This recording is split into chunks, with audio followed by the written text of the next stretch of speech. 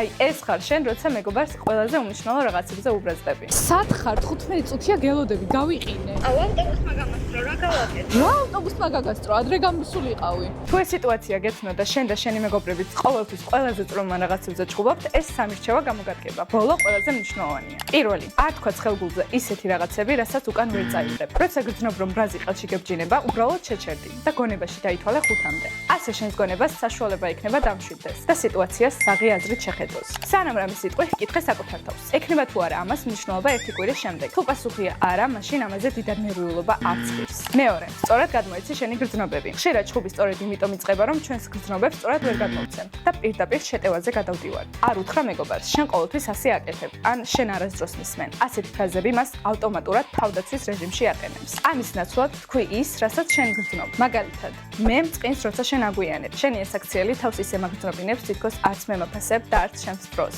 ასე შენი მეგობარი უკეთ გაიგებს რა გაწუხებს და შეეცდება გაითვალისწინოს. თუ არ გაითვალისწინებს, ანუ შესაძლებს პატივს არცემს და არც ნამდვილი მეგობარი ყოფილა. მესამე, იპოვე ნამდვილი მიზეზი. წვრილმანებზე ჩხუბი და მარტივად გაღიზიანება ხშირად უბრალოდ აისბერგის მწვერვალია. დაფიქრდი, ხომ არ ხარ ზოგადად გადახრილი? ხომ არ გაქვს სკოლაში სტრესი? ან ხომ არ არსებობს მეგობრობაში უფრო დიდი ძველი წყენა, რომელიც შეინახე და არასდროს გითქვამს? თუ ასეა, სჯობს ჯერ ეს ფუნდამენტური პრობლემები მოაგვარო. და შენ რაზე იკამათე ბოლოს მეგობართან? დაგვიწერე კომენტარებში.